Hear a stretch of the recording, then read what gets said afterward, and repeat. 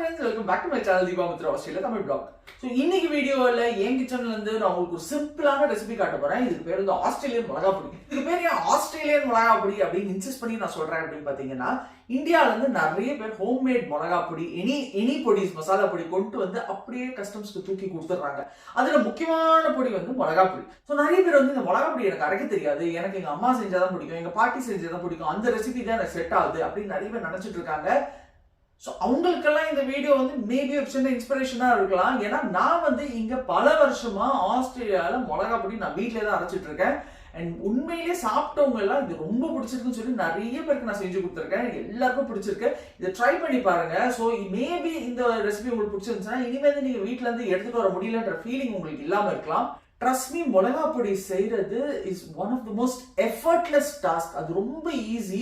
இது வந்து நம்ம வந்து மைண்ட்ல ஃபிக்ஸ் ஆயிட்டோம், நம்ம அம்மா தான் செய்யணும், நம்ம பாட்டி தான் செய்யணும். எனக்கும் எங்க வீட்டுல எங்க அம்மா செஞ்சிருக்காங்க, அடுத்தது எங்க அம்மா செஞ்சிருக்காங்க, அடுத்தது நம்ம செய்யணும் இல்லையா? அப்புறம் அடுத்த ஜென்ரேஷன் நம்ம எப்படி அதை பாஸ் பண்ணுவோம்? ஸோ நம்மளும் வந்து ஒரு ரெசிபி ஏதாவது நம்ம டேஸ்ட்டுக்கு ஏற்ற மாதிரி ஒரு ரெசிபியை கண்டுபிடிச்சி செஞ்சா அடுத்த ஜெனரேஷனுக்கு அதை பாஸ் பண்ணலாம். இந்த ரெசிபி பார்த்தீங்கன்னா நான் ரொம்ப வருஷத்துக்கு முன்னாடி ஏதோ யூடியூப் சேனல்ல பார்த்து அதை அப்படியே எக்ஸாக்டா ஃபாலோ பண்ண ஆரம்பிச்சோம். ரொம்ப நல்லா இருந்துச்சு. அப்புறம் நாளாக நான் கொஞ்சம் வேரியேஷன்ஸ் பண்ணேன். அதுல பார்த்தீங்கன்னா என் டேஸ்ட்டுக்கு ஏற்ற மாதிரி இப்போ பக்காவா செட் ஆயிடுச்சு. ஸோ நான் எப்படி பண்றேன்றதான் உங்களுக்கு காட்ட போறேன். மேபி இதை பார்த்து நீங்க வந்து இதை கொஞ்சம் அப்படி மாற்றி போடலாம் உங்களுக்கு ஏதாவது ஐடியா கிடைக்கலாம். ஸோ மிளகா பொடிக்குன்ற செட் ரெசிபி இப்படிதான் இருக்கணும்ன்றதெல்லாம் எதுவுமே கிடையாது. எந்த ரெசிபியுமே இப்படி கிடையாது எப்படி சொல்லக்கூடா. ஸோ இது பாருங்க, இதை நீங்க வேணா ஃபர்ஸ்ட் ட்ரை பண்ணி பாருங்க. உங்களுக்கு வேற ஏதாவது டேஸ்ட் கூட குறைச்சல் வேணும்னா அதுக்கேற்ற மாதிரி நீங்க இன்கிரீடியன்ஸ் மாற்றி போட்டுக்கலாம். இது வந்து சின்ன ஸ்டார்டிங்கா இருக்கட்டும். ஓகே, வாங்க பார்க்கலாம். ஸோ நான் அரைக்கிற மிளகா பொடிக்கு தேவையான இன்கிரீடியன்ஸ்லாம் இங்கே வச்சிருக்கேன். ஸோ இது கீ இன்கிரீடியன்ட் பார்த்தீங்கன்னா கடலை பருப்பும் உளுந்தம் பருப்பும். ஸோ இதெல்லாம் வந்து சிலதெல்லாம் ஆப்ஷன், சிலதெல்லாம் வந்து குவான்டிட்டி நான் போடுற அளவுக்குன்னு இல்லை, நீங்கள் கூட குறைச்சல் போட்டுக்கலாம். பார்த்தீங்கன்னா எப்பவுமே இரும்பு கடாயில் தான் செய்வேன். ஸோ நான் காட்டிடுறேன் நம்மளோட கீ இன்க்ரீடியன்ஸ். ஃபஸ்ட்டு நான் போட்டு வறுக்க போகிறது இதுதான். ஸோ உளுந்து பார்த்தீங்கன்னா கொஞ்சம் கம்மியாக இருக்கு. ஸோ நான் முக்கியமாக இந்த பேக்கெட் எடுத்து வெளில வச்சுருக்கேன். இது கொட்டும்பா. நான் இதுதான் யூஸ் பண்ணுவேன்னு இல்லை, பட்டு யூஸ் பண்ணுவேன். நான் அந்த கடையில் எனக்கு என்ன வாங்கினா அதான் யூஸ் பண்ணுவேன். பெருசாக நான் பிராண்ட் பார்க்குறது இல்லை, அந்த கடையில் என்ன அவைலபிளோ அதுதான். ஸோ நீங்கள் வந்து எந்த உளுந்து யூஸ் பண்ணணும் அப்படின்லாம் நீங்கள் ரொம்ப யோசிக்க வேணாம். இந்தியன் கிராசரி ஸ்டோரில் எது கிடைச்சாலும் நீங்கள் யூஸ் பண்ணலாம். சில பேர் வந்து சில உளுந்து நல்லா இருக்குது நல்லா இல்லைன்றாங்க. எனக்கு ஒரு டிஃப்ரென்ஸும் தெரியல, எனக்கு எல்லா உளுந்துமே ஒர்க் ஆகுது. ஸோ இப்போ பார்த்தீங்கன்னா இதில் ஆல்ரெடி கொஞ்சம் இருக்குது. இதில் நான் இதை ரீஃபில் பண்ண போகிறேன். இதுக்கு முன்னாடி வச்சிருந்த பிராண்ட் என்னன்னு எனக்கு தெரியல. ஸோ நான் இது கூட சேர்ந்து கலந்து தான் போட போகிறேன். கடாய் நல்லா காஞ்சிருச்சு. நான் வந்து சும்மா ஒரு 2-3 சொட்டு எண்ணெய் விட்டுக்கிறேன். நம்ம வந்து ட்ரை ரோஸ்ட் பண்ண போகிறது இல்லை, ரொம்ப லைட்டாக க்ரீஸ் பண்ணுறோம். அதுக்குன்னு வந்து எண்ணெயில் வந்து நம்ம மொத்தமாக ஃப்ரை பண்ணி எடுக்க போகிறது ரொம்ப லைட்டாக நான் க்ரீஸ் பண்ணியிருக்கேன். ஸோ நான் மெஷர் பண்ண எடுத்துக்கிறதுக்கு வந்து ஆழாக்கு, எனக்கு வந்து ஆழாக்கு யூஸ் பண்ணி தான் பழக்கம். Tumbler, cup, anything. ஸோ உங்கள் கன்வீனியன்ட்க்கு ஏற்ற மாதிரி நீங்கள் எது வேணாலும் மெஷர் பண்ணிக்கலாம். என்னோட ஸ்டாண்டர்ட் மெஷர்மெண்ட் 1 கப்பு உளுந்து, எனி கப் நான் ஆழாக்கு யூஸ் பண்ணுறேன். சொன்ன மாதிரி 1 இதுன்னா இதுலேயே 1/2 முக்கால் நான் போடுறது. 1/2 போடலாம், இல்லை 1/4 போடலாம். 1/2 முக்கால், இது 1/4 இல்லை அரை கொஞ்சம் எப்படி வேணாலும் சொல்லிக்கலாம். ஸோ இது ரெண்டுத்தையும் போட்டு நல்லா வறக்கணும், நல்லா செவக்கணும். ஸோ இது கொஞ்சம் டைம் எடுக்கும். It's a very slow process. ஒரு மைல்டு அரோமாவும் வரும். And at the same time பார்த்தீங்கன்னா இந்த பருப்பு வந்து எடுத்து சாப்பிட்ற அளவுக்கு அவ்வளோ டேஸ்ட்டாக இருக்கும். ஸோ இது வந்து கொஞ்சம் பதமாக, இது எவ்வளோக்கு எவ்வளோ பொறுமையாக செவக்க வறக்கிறோமோ அவ்வளோக்கு எவ்வளோ அந்த மிளகா பொடி வந்து அவ்வளோ டேஸ்ட்டாக வரும். இது நான் பட்டு கற்றுக்கிட்டது. முன்னெல்லாம் சும்மா அரைக்குறையாக அதுவும் வறுத்து போட்டுருவோம், அது ஒரு பெருசாக டேஸ்ட் கிடைக்காது. பட் நல்லா செவக்க வறக்க வந்து டேஸ்ட் நல்லா வர ஆரம்பிச்சிச்சு. நல்ல ஒரு ஃப்ளேவர் அரோமா வரும். ஆக்சுவலி இப்போ பார்த்தீங்கன்னா இங்கே வந்து நான் துவரம் பருப்பு வச்சுருக்கேன். இதெல்லாம் நானாகவே போடுறது. ஸோ ஒரு கை மட்டும் நான் துவரம் பருப்பு போடுறேன், ஒரே ஒரு கை. ரொம்ப போட்டால் பருப்பு பொடி மாதிரி ஆகிடும். இது நான் ஏன் போடுறேன் அப்படின்னா யூ கேன் அவாய்ட் இட். இது வந்து ஜென்ரலி ரெசிபியில் வருமானு எனக்கு தெரியல, இது நானாக போட்டேன். இதை ஏன் நான் போடுறேன் அப்படின்னு பார்த்தீங்கன்னா வந்து எங்கள் வீட்டில் எல்லாரும் காத்தால் தோசை மிளகா பொடி தான் சாப்பிடுவாங்க. ஸோ மார்னிங் சாப்பிடும் போது எல்லா பருப்பும் சேரட்டுமே அப்படின்ற ஒரு காரணத்துக்காக தான் நான் இதை போடுறேன். வேறு எதுவுமே இல்லை. ரொம்ப டேஸ்ட்டும் தெரியாது. இதில் பார்த்தீங்கன்னா லோ டு மீடியம் ஃப்ளேமில் ஒரு 5 மினிட்ஸ் ஆகிருக்கும். ஒரு நல்ல ஸ்மெல் வருது, நல்ல அரோமா வருது. அண்ட் கலர் சேஞ்சும் தாராளமாக பார்க்கலாம். ஸோ இதில் ஸ்டாப் பண்ணிடாதீங்க. அந்த உளுந்து வந்து நல்லா கலர் மாறும். ஒரு மாதிரி பார்த்தா தீஞ்சிடுச்சோன்னு நினச்சிப்பீங்க, அப்படி கிடையாது. அது அந்த நல்ல ஒரு ப்ரௌன் கலராக வந்தால் தான் அந்த டேஸ்ட் நல்லாயிருக்கும். அதுக்காக தீச்சிடக்கூடாது, தீரது வந்து கருப்பாயிடும். ஸோ இது வந்து ஒரு ப்ரௌனிஷ், இன்னும் கொஞ்சம் டார்க் ப்ரௌன் ஆகும். ஸோ another 5-10 minutes கழிச்சு இன்னொரு சேஞ்ச் பார்ப்போம் கலரில். தேவையான கலர் வந்து பார்த்திங்கன்னா ஒரு 12 நிமிஷம் 13 நிமிஷம் வந்துச்சு. இந்த டைமில் கொஞ்சோண்டு பெப்பர் நான் ஆட் பண்ணுறேன். ரொம்ப ஆட் பண்ணால் பெப்பர் ஃப்ளேவர் அடிச்சிடும். ரொம்ப கொஞ்சோண்டு, பிகாஸ் எனக்கு இந்த ஃப்ளேவரும் வேணும். அகெயின் நான் வந்து மார்னிங் இதை நாங்கள் சாப்பிட்றதுனால எல்லா நல்ல விஷயமும் இருக்கட்டுமேன்றதுக்காக நான் கொஞ்சமாக பெப்பர் ஆட் பண்ணி இன்னும் ஒரு 2 நிமிஷம் வறுத்துட்டு நான் அவ்வளோதான் ஆஃப் பண்ணிவிடுவேன். இந்த கலர் வந்துடுச்சு. இதுக்கு மேலே ரொம்ப விட்டோம்னா தீஞ்சிடும். இப்போ நீங்கள் சாப்பிட்டு பார்த்தீங்கன்னாவே கரன்னு அவ்வளோ டேஸ்ட்டாக இருக்கும். இந்த உளுந்து, கடலைப்பருப்பு, பருப்பு, அதில் முக்கியமாக உளுந்து வந்து அவ்வளோ டேஸ்ட்டாக இருக்கும் இந்த ஸ்டேஜில் சாப்பிட்டா. ஸோ நான் அவ்வளோதான். பெப்பர் வந்து லாஸ்ட்டு 2-3 மினிட்ஸ் போட்டு நான் வறுத்துப்பேன். பெப்பரை முதலே ஆட் பண்ணலைன்னா, பிகாஸ் இது வந்து ஒரு 10 நிமிஷத்துக்கு மேலே ஆகும். பெப்பர் வந்து சீக்கிரம் வறுப்பட்டுரும். அதனால் நான் வந்து அதை கொஞ்சம் லேட்டாக தான் ஆட் பண்ணுறேன். ஸோ ஒரு டைம் எடுக்கும் வறுப்படுறதுக்கு. அதனால தான் எல்லாத்தையும் ஒன்றா போடுறதில்ல, தனித்தனியாக போடுறது. பெப்பரும் அகெயின் ஆப்ஷனல் தான். இது வந்து என்னோட ஓன் ஐடியா தான். சும்மா உங்களுக்கு காட்டுறதுக்காக சொன்னால் இவ்வளோ போட்டிருப்பேன், அவ்வளோதான். அந்த 1 கப்பு உளுந்து, அரைக்கு கொஞ்சம் மேல் கப் இதுக்கு இவ்வளோ பெப்பர் போட்டிருப்பேன், அவ்வளோதான். வந்துடுச்சு இந்த கலரில். நான் ஆஃப் பண்ணிவிடுவேன், அவ்வளோதான். ஓகே, இது வந்து நான் இந்த கிண்ணத்தில் போட்டு வச்சிடுறேன். இது நீங்கள் இப்போ தான் அரைக்கணும் இல்லை, நல்லா கூலாக விட்டு ஃபியூ ஹவர்ஸ் கழிச்சு கூட அரைக்கலாம். ஸோ எனக்கு டைம் இருக்கும்போது நான் இது வறுத்து வச்சுருவேன். ஸோ அரைக்கணும்னு தோன்றது அரைச்சிப்பேன். அரைக்கிறதும் வந்து ஒரு ப்ராசஸ் தான். ஸோ அதையும் நம்ம வந்து கொஞ்சம் பார்த்து செய்யணும். பார்த்தீங்கன்னா நான் ஒரு 12 மிளகா போட்டிருக்கேன். 12லேருந்து 15 போடலாம். ஸோ இது ஆல்ரெடி ஹாட்டாக இருக்குது. அதனால நான் லோ ஃப்ளேமில் வச்சு இந்த மிளகாவை வறக்கிறேன். மிளகா வறக்கும் போது ரொம்ப கேர்ஃபுல்லாக இருக்கணும். பேர்ன் பண்ணிட்டாதீங்க. பேர்ன் பண்ணிட்டா வந்து ஒரு மோசமான பேர்ன்ட்டு ஸ்மெல் வந்துடும். ஏன்னா மிளகா வந்து சட்டுன்னு தீஞ்சிடும்.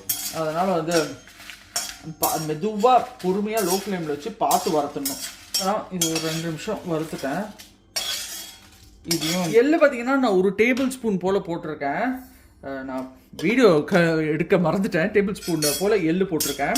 ஸோ வந்து எள்ளு வந்து அந்த லோ ஃப்ளேம்லேயே பார்த்தீங்கன்னா இன்னும் கொஞ்சம் நேரம் சடன்னு வெடிக்க ஆரம்பிக்கும். ரொம்ப நேரம் ஆகாது. சட்டுன்னு வெடிக்க ஆரம்பிச்சோன்னா நம்ம வந்து எடுத்துடலாம். இதோட சேர்ந்து நான் வந்து பெருங்காயம் போடுவேன். நார்மலாக அது பருப்போடு போடுவேன். நான் போட மறந்துட்டேன்.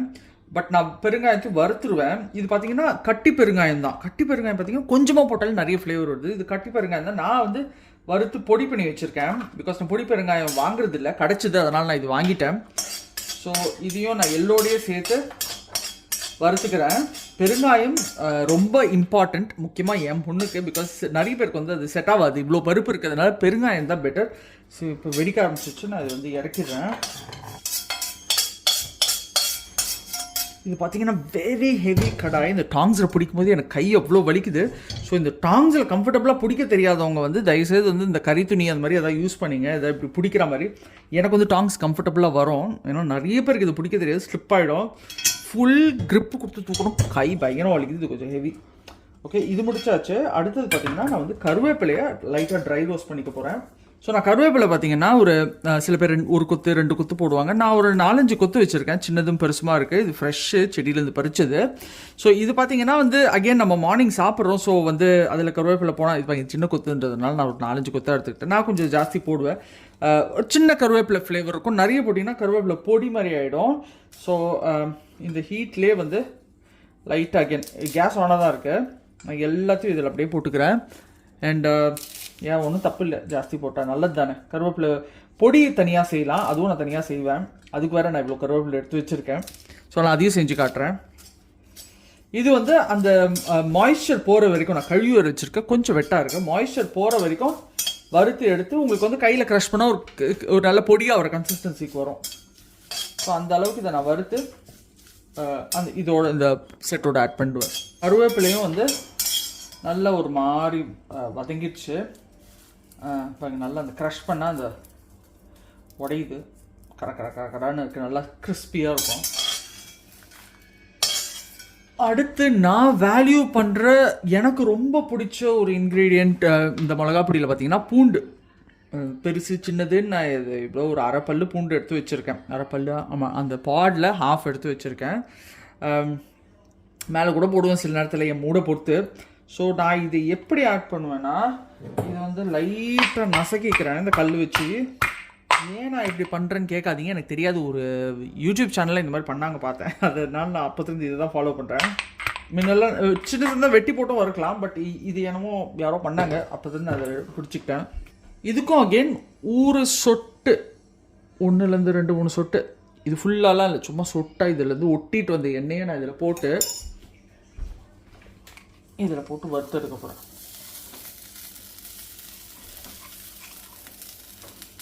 கம்மியாக போட்டுக்கலாம், நான் ஜாஸ்தியாக போடுற மாதிரி தெரிஞ்சா, இல்லை இது போடாமல் கூட இருக்கலாம். எனக்கு பூண்டு ஃப்ளேவர் ரொம்ப பிடிக்கும். நான் ஃபஸ்ட்டு பார்த்த ரெசிபியில் பார்த்தீங்கன்னா பூண்டு கிடையாது, மிளகு கிடையாது, துவரம்பருப்பு கிடையாது.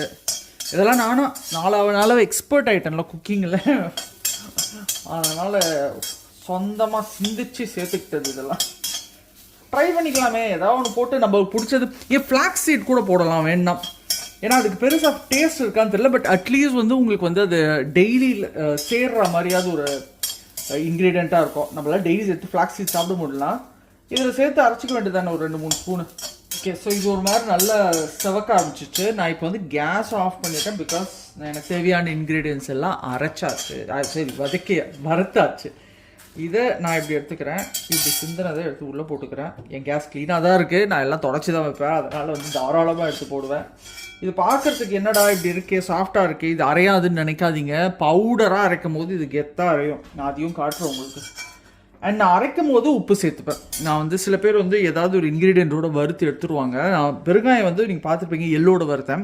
ஆக்சுவலி சம்டைம்ஸ் அது பருப்போடு வரப்பேன். அகெயின் நிறைய இடத்துல யூஸ் பண்ணுறேன்.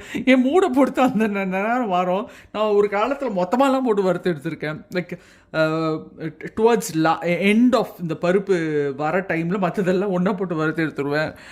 எல்லாம் அப்போல்லாம் கொஞ்சம் சோம்பேறித்தனம் ஜாஸ்தியாக இருக்கும். அப்புறம் சரி கொஞ்சம் பொறுமை தேவைப்படுது அப்படின்னு தெரிஞ்சுக்கிட்டேன். தனியாக வறுத்தெடுத்தா அதுக்கு ஒரு டேஸ்ட் இருக்கு தான் செய்யுது. எல்லாமே அரைச்சி நான் அந்த பவுலில் போட்டிருக்கேன். கொஞ்சம் சீக்கிரம் அரைக்கணும், ஒரு 1 ஹவர்க்குள்ள அரைக்கணும்னா நீங்கள் வந்து நல்ல ஒரு வைடு பிளேட்டில் போட்டு ஆற விட்டு நல்லா ரூம் டெம்பரேச்சர் வந்ததுக்கப்புறம் மிக்சியில் போடுங்க. ஸோ இதோட கீ பார்த்தீங்கன்னா நான் சொன்ன மாதிரி இந்த பருப்பு வறுக்கிறதுல தான் இருக்கு.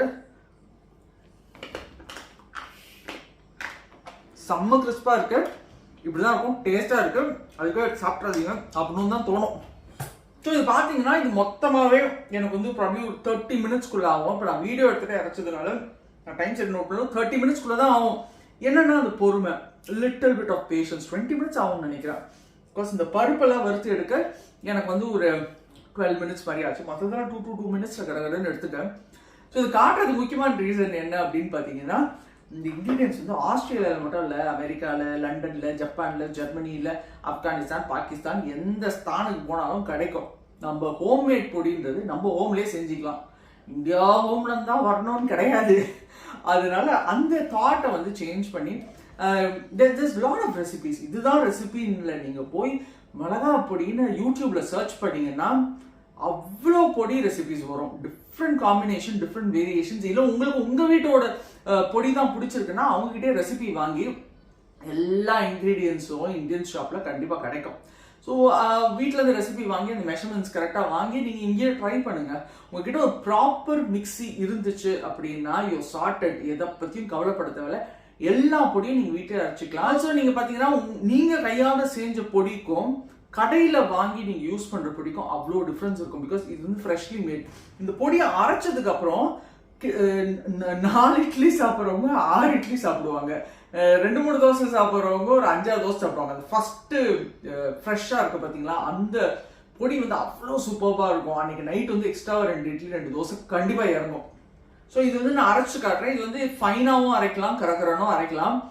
நான் கொஞ்சம் மீடியமாக அரைப்பேன். ரொம்ப கரகரன்னு அரைச்சாலும் சில பல்லில் போய் இடிக்கும், அது ரொம்ப இரிட்டேட்டிங்காக இருக்கும். அதனால் ரொம்ப கடகடன்னு இல்லாமல் ஃபைனுக்கும் அந்த குறைப்பும் நடுவில் நான் அரைப்பேன்.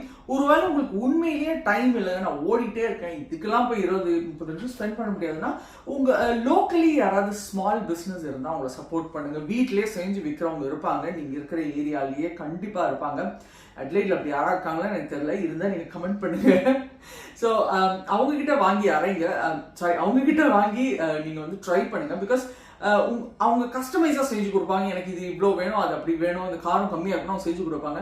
கடையில் வாங்குறதோட இனி வீட்டில் செஞ்ச பொடிஸ் will be much better, much fresh. அது வந்து நான் 100% எக்ஸ்பீரியன்ஸ் சொல்கிறேன், அவ்வளோ ஃப்ரெஷ்ஷாக இருக்கும். இது எவ்வளோ பெரிய பெரிய கம்பெனிஸ் வந்து எங்கள் இட்லி மிளகா பொடி சாப்பிட்டாதான் வந்து டேஸ்டாக இருக்கும்னு சொல்கிறாங்களோ அவங்களுக்கு எல்லாம் இது வந்து அப்படியே ஒரு பெரிய சேலஞ்ச். இதை சாப்பிட்டுட்டு நீங்க அதெல்லாம் சாப்பிட்டீங்கன்னா இது என்னைக்கடா செஞ்சது, இவ்வளோ மக்கி போன மாதிரி இருக்கிற மாதிரி இருக்கும். சாப்பிட்டு பழங்களுக்கு தெரியாது. பட் நீங்க வீட்டில் செஞ்சுட்டு கடை மிளகா பொடி சாப்பிட்டீங்கன்னா கண்டிப்பா உங்களுக்கு ஒரு மக்கி போன ஃபீலிங் கிடைக்கும். ஏன்னா வந்து இட்ஸ் டெஃபினெட்லி நாட் ஃப்ரெஷ். ஒரு 1 hour ஆயிடுச்சு, ஆனால் நான் அரைக்கலான்னு டிசைட் பண்ணிட்டேன். இப்போ நான் யூஸ் பண்ணுறது பார்த்தீங்கன்னா மீடியம் ஜாரு. மீடியம் ஜாரில் பார்த்தீங்கன்னா ரொம்ப ஃபைனாகவும் வராது, ரொம்ப கொரக்கொரனும் வராது. பெரிய ஜார் யூஸ் பண்ணிங்கன்னா கொஞ்சம் கொரன்னு வந்துடும். ஸோ நான் ஏன் அவசரமாக அரைக்கிறேன்னா பெசரட்டு செஞ்சிட்ருக்கேன். அதனால் இதுக்கு தொட்டுக்க நல்லா இருக்குமே அப்படின்றதுக்காக ஷேப்பெல்லாம் ஒரு வித்தியாசமாக இருந்தது, ஆனால் டேஸ்ட் நல்லா இருக்குது. நான் ஒன்று சாப்பிட்டேன். ஸோ இதில் போட்டு நான் வந்து இப்போ அரைக்க போகிறேன். கம்ப்ளீட்டாக ஆறிடுச்சு. எங்களுக்கு இங்கே கொஞ்சம் கோல்டாக இருக்குது, அதனால் வந்து சீக்கிரம் ஆறிடுச்சு. இது மொத்தமாக போட்டு நான் அரைக்க போகிறேன். அரைக்கும் போது நான் உப்பு ஆட் பண்ணியிருக்கேன். ஸோ நான் வந்து 1 2க்கு கொஞ்சம் கம்மி ஆட் பண்ணுறேன். பார்த்தீங்கன்னா ஆர்டினரி பிரீத்தி ப்ளூ லீஃப் இந்த காஸ்மோ கிஸ்மோலாம் கிடையாது, நார்மல் 3 ஜார் மிக்ஸி. இது ஃபென்டாஸ்டிக்காக ஒர்க் ஆகுது. எனக்கு இதுவே போதுமாக இருக்குது இங்கே இருக்கிறதுக்கு.